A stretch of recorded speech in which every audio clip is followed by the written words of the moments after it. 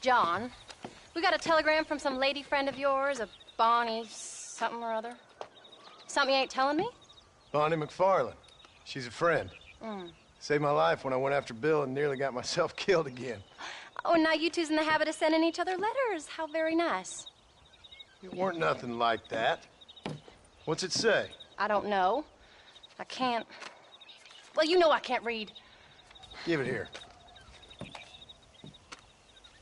You read that thing out loud? I ain't hiding nothing. Dear Mr. Marston, stop. Need corn sacks. Stop. Emergency. Stop. Weevils and moths ate entire county supply. Stop. Can you help? Not exactly the most romantic request, now is it? I guess not. And she saved your life, you say? Yes, ma'am. Well, then you're gonna have to help her and her family out.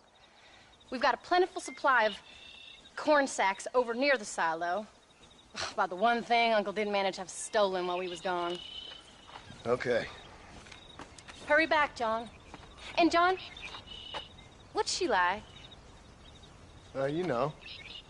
A little bit like you, I guess. She's a woman in a man's world.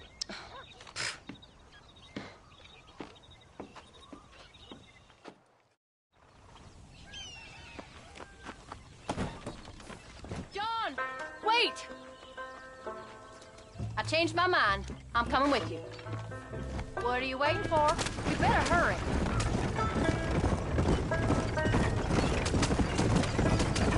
I don't think I can let you go off again without me.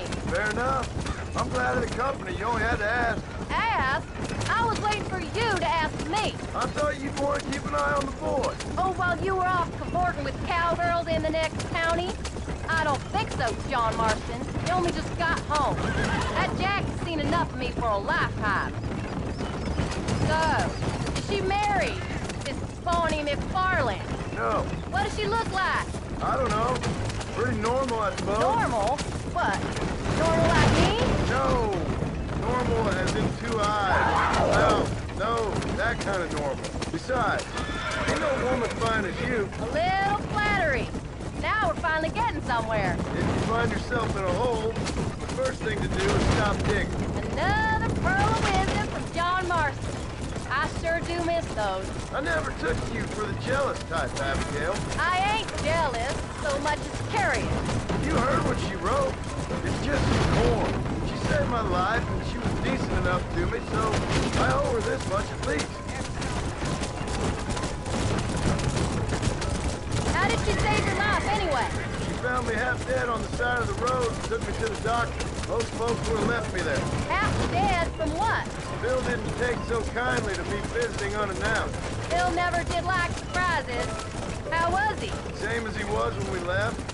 Angry and dumb. Taking his revenge out on the world. People down there was really scared of him. Of Bill? You gotta be kidding me. He was only frightening if he was afraid of dumb fools. Bill weren't so bad, but when Dutch went crazy, Bill took it hard. For a while, we all thought we'd found something right. A better way to live, but it was just a lie. So you saw before they did. Maybe.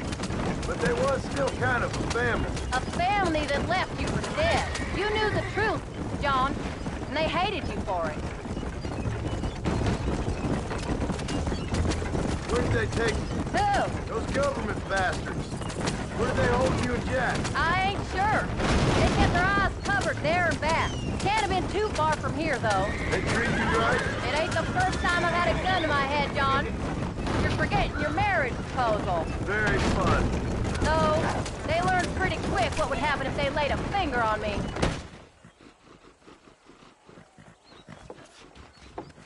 You came. Thank you so much. We lost the entire harvest. Miss McFarlane, I'd like you to meet my wife, Abigail. Oh, ain't you quite the gentleman all of a sudden? It's a pleasure to meet you, Mrs. Marston. Likewise. Thank you for saving my husband's life. And for teaching the miserable old goat some manners, among other things. I didn't teach him anything. I know better than to try to change a man. You should meet my father. Oh, people can change, Miss McFarlane. John and I have to believe that more than anybody. This is a decent first harvest for you, John. You should be proud. That's good land you got there. How are you feeling, Mrs. Marston? From what your husband told me, it must have been awful for you. I've been through worse, and I knew he'd be back before too long. He can't cook a meal to save his life. Abigail, in my darkest hours, when I was most homesick, just the thought of one of your rat meat stews kept me pushing forward. Well, about as amusing as a weeping saddle sore, ain't he, Mr. Farland? If you're gonna start yammering about women's work, John, I'd say you might be in the wrong company. I'd say so, too. I never felt so outnumbered.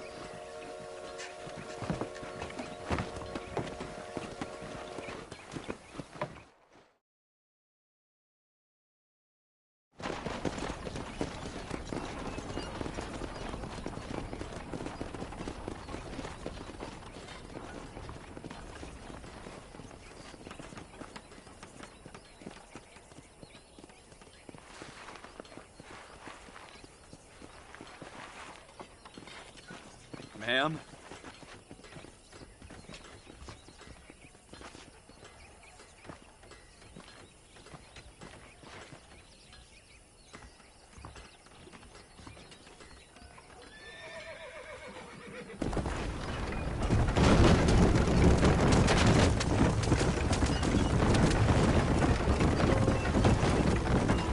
So that was the famous Bonnie. That was her, all right. She's pretty. She's normal, like I said. Well, you always wanted to be a rancher. I'd have thought she'd be just your thing. The perfect rancher's wife, if I ever saw one. I already got a rancher's wife. I'm only teasing. I like her, and I'm glad she saved your life. Most of the time, anyways. The McFarlands are good people. She did blush better than a shepherd's sunset when she saw you, though. I have that effect on women. You've clearly had one too many blows to the head. You ain't wrong about that, Mrs. Marston. That's quite a ranch they got there. That'll be us someday. As soon as we get back on our feet. I don't know, John. How many times can we start again? An outlaw and a working girl. We ain't exactly farmers. We are now. Forget that life. It's over. Do you really believe that? We have to. It's the only way we'll ever have a future. The life we led, that doesn't go away. It's never over. You think those government men are just gonna leave us alone now? The old gang's dead. I did what they asked. And that's it? Life, pride, forgiven? We're back together, ain't we? Till they decide you owe them something else. Sometimes I think I was the stupid one for believing I could get out. Maybe Dutch, Bill, and Javier were just being honest with themselves. You ain't perfect, John, and I sure ain't. But you're better than they are. Than they were. Maybe we can't change, but we gotta try, for Jack's sake. Even if we have to start again 100 times. It's better than going back to what we were. How's Jack doing? Angry, upset. He's been through a lot. I hope he's gonna be all right. It's gonna take time. For a while, his world was safe. Normal, even. Then it got turned upside down again. He ain't saying much about it. I've tried to talk to him, but how do you explain any of it? What do you say when he asks about Uncle Phil and Uncle Dutch? They were family when he was a little boy. He hides away in those books of his. Wouldn't you? It ain't like the real world's done him many favors. He's just been kidnapped. He grew up with the gang. That's no life for a boy. We did our best to protect him. Come on, John. He saw things no boy should see.